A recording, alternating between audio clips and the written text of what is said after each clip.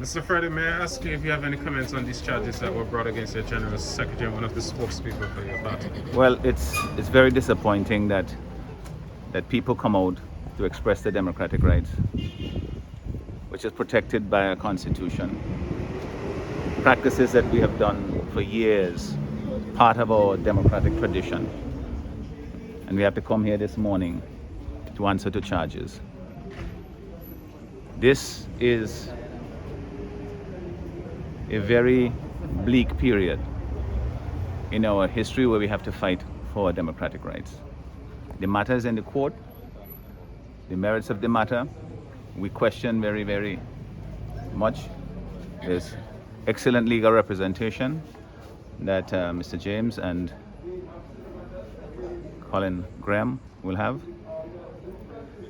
But beyond that, beyond the courthouse, beyond the courtroom, we have to, as a people, carry this fight for democracy forward and continue to insist upon the right of the people to express themselves democratically.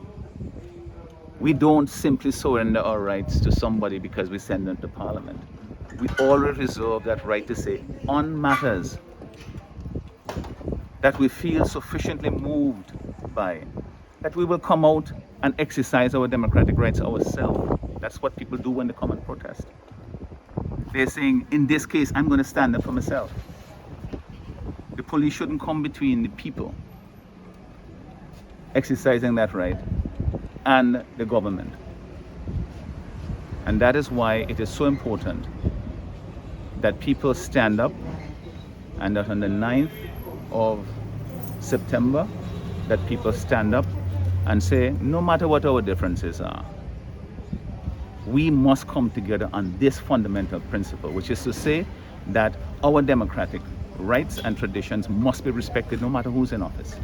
Okay, you speak about the 9th of September. Is the NDP still calling out people to protest on that day? Well, we are committed to expressing that will of the people to come out, and we will encourage people to do so, and we will urge that the people have asked the religious community to come out and take part in this, in a prayer and solidarity rally in Kingstown in support of the public service unions that they have called for people to support them in their public action.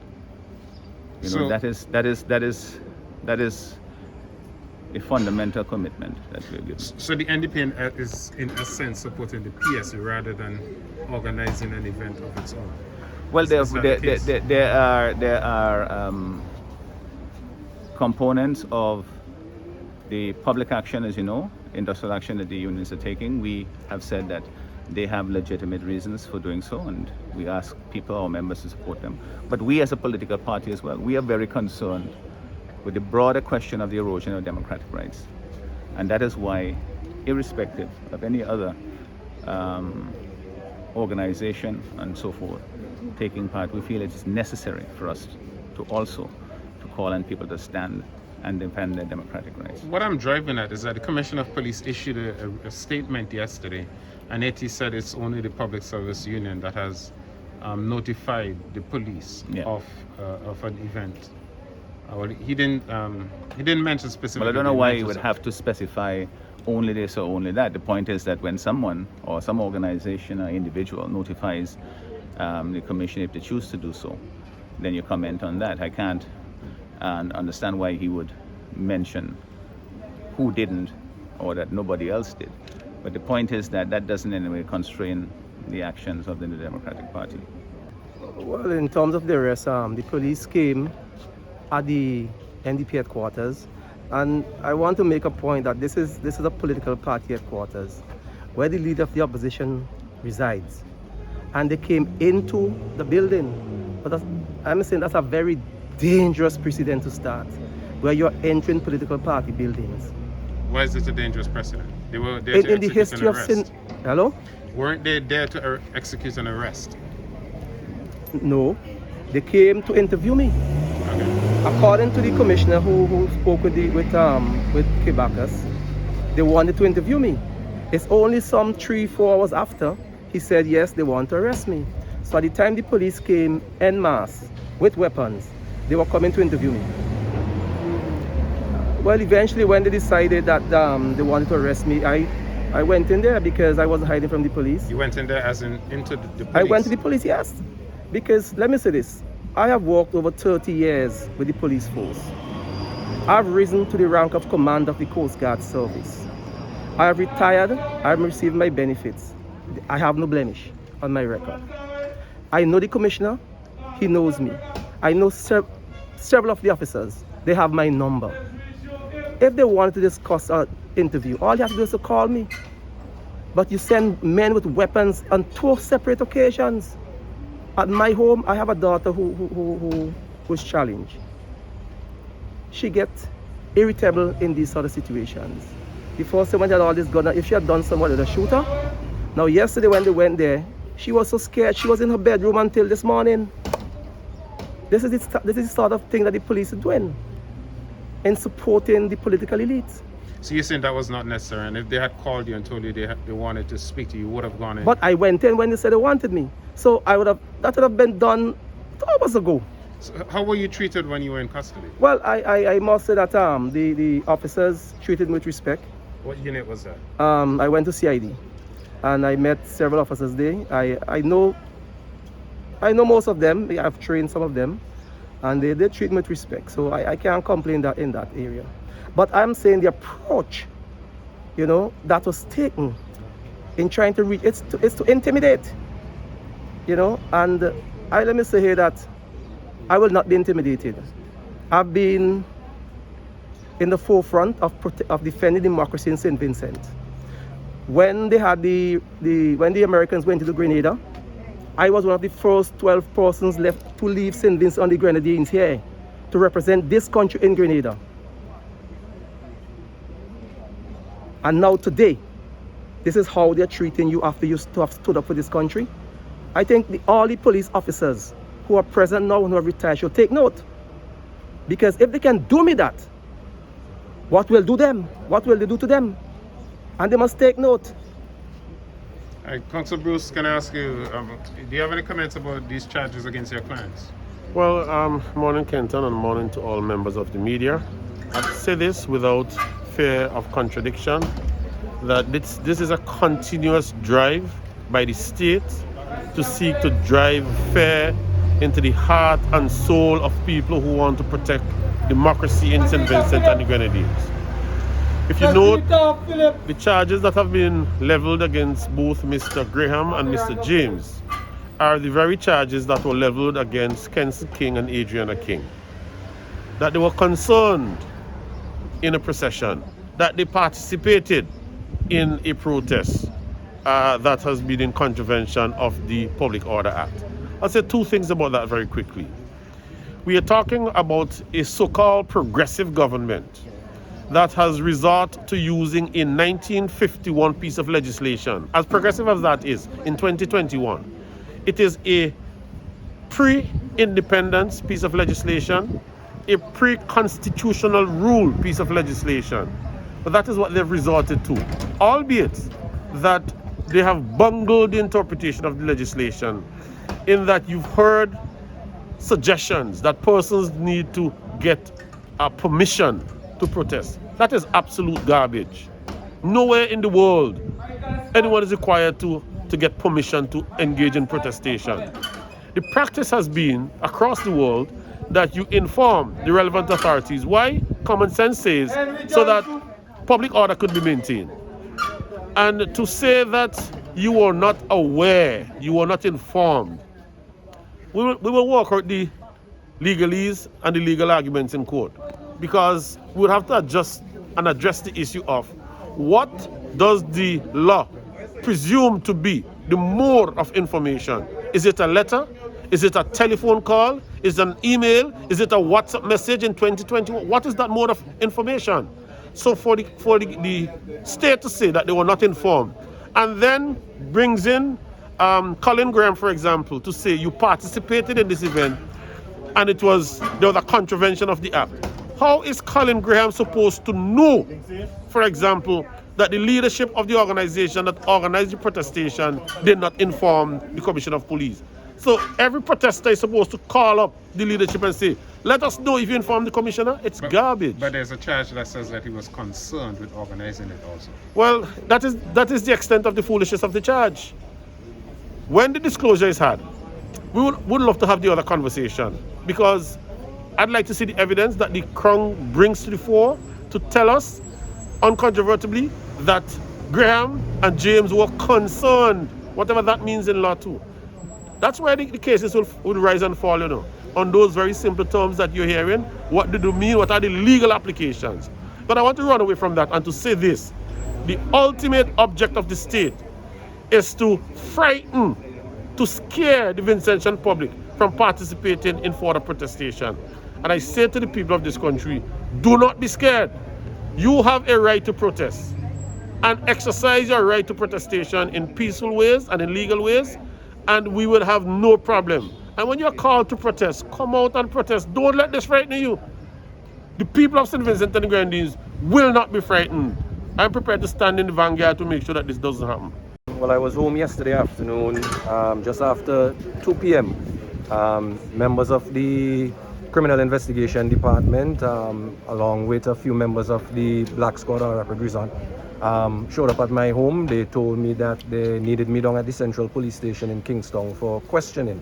I asked in terms of what. It said it had to do with protest action on the 29th and on the 5th. 29th of July and 29th 5th of August. and 5th of August. I subsequently made a call to my legal representatives, and of course they said, well, all right, I don't have to go to the police station for questioning, but they then proceeded to tell me, well, then if that is the case, Mr. Graham, you're under arrest. So I went to the Central Police Station with them, answered their questions, they laid the 4 charges against me, and here I am today. When were you released? I was released, matter, just after 5 yesterday afternoon. I think you were saying something about being concerned about being detained for a long period of time because of wanting to attend a graduation or some event. Well, yes, my daughter's graduation is actually going on at present at the Kingston Preparatory School. I was somewhat concerned because I knew when they picked up Kenson King and Adriana King, the length of time that they had them in detention, and that was just for questioning. So that was my only concern, because I wanted to, obviously, as a parent, I wanted to be there for my daughter for her graduation today. Unfortunately, because of the circumstances, I had to miss that. But as I leave here now, I go straight up to the Kingston Preparatory School to be there for the rest of her graduation. All right, thanks. Dr. Friday, were you in office yesterday when the police visited? No, I wasn't, but it was reported to me what happened, and I took great care to find out exactly what happened, and how this entrance into the compound and the building of the Democratic Party occurred, and for what purpose. And what was relayed to me, the more I think about it, the more disturbing it gets, because basically police officers who are armed entering into the office of a opposition political leader, it raises a lot of concerns and worries about the propriety of the actions of the police. They had reached up the stairs almost outside the office of the leader of the opposition until a member of staff spoke with them. This is a phone call to the office, might have been helpful. What do you think Karen was going to do? Run off and go somewhere? These kinds of actions, the overreach on the part of the police, the seeming emboldened actions in terms of how they are going to approach persons who are perceived to have taken part in the demonstration is very worrying, because it shows an overreach on the part of the police. But the intention, if it is to discourage and to intimidate people, it's not going to work, because the people are saying enough is enough. We've gone too far. This is not the kind of St. Vincent and the Grenadines that we inherited, and it's certainly not the one we want to leave for our children. Finally, what impact, if any, did the presence of the police there, as they were, have on your staff? Well, the member of staff who interacted with them is somebody who's very experienced, and was able, the interaction, from what I gather, wasn't very long, but she essentially told him Mr. James was not present and she didn't know when he was coming back, and then they left, and apparently after that they went to his home. But I mean, to have a truckload of police officers with assault rifles and SSU and Black Squad and so forth, looking for the General Secretary of the New Democratic Party. That is in itself, again, just think about that image. That's the General Secretary of the New Democratic Party.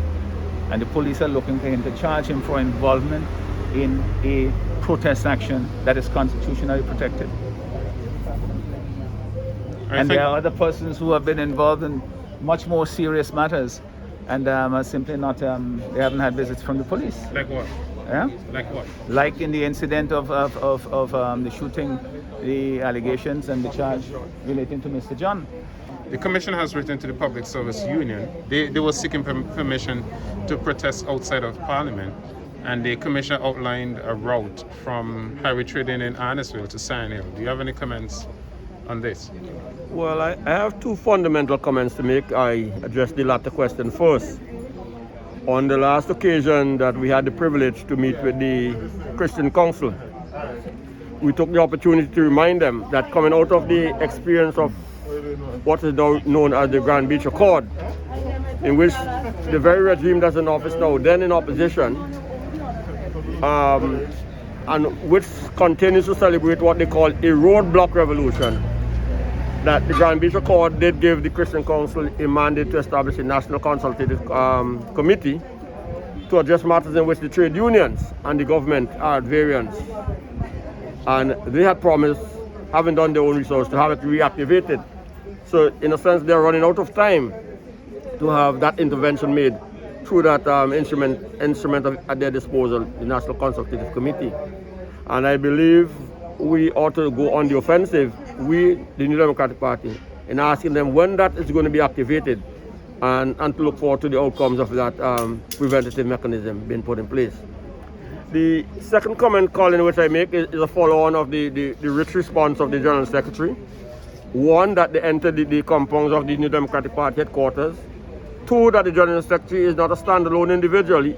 He works directly for the President of the New Democratic Party. And that, to me, is to be interpreted to be a warning shot over the bows of the New Democratic Party, that they're moving up off the chain of command, and that it is the General Secretary as this officer today, and tomorrow it may be other officers, maybe a vice president, maybe a chairperson, maybe an executive member, maybe the president himself, and maybe all of us. So the intention is clearly to cut off the head of the New Democratic Party as a vanguard organization in the defense of democracy, and to make sure that constitutional provisions in this country are respected. And that we must not lose sight of. Regarding the route of the protest, right? the route of the procession that the Commissioner has outlined, well, this is from highway train to Sand Hill. Well, the route of the protest invites an embarrassment to the government. I have been around for a little while, and I could reflect on the years of protests around Kingstown by the Joshuas, by the Catos of the Labour Party, by the Mitchells, by the Eustis, and now by the Friday administration. And certainly the Gonzales, Vincent Beach, Storky John, Kenway, all have had their share of around Kingstown. I don't know if they're sending us back to highway trading to remind us that they were the culprits who choked off highway trading and allowed babies to be born on the streets, ambulance not to get to the hospital, challenged the police law enforcement order on that. So I don't know if that's a part of it. But you know, I'm going to move away from the question presented to me and to look forward a bit. If this is an administration in an office that is so scared and seemingly manipulating state machinery to have any protestation against their activities, God forbid that we have a close election of a one-seat margin or small numbers as obtained in North Leeward, one vote or anything like that, to get them out of office. I can see the regional security system on St. Vincent and Grenadines next day. Vincent ought to take note. They have absolutely no intention of vacating office by the legitimate processes that are available. Don't ignore, you know. Don't ignore that other mechanisms, including the Parliament, have been blocked. You cannot bring a vote of confidence, of no confidence against the government. They blocked that. So, watch out, St. Vincent.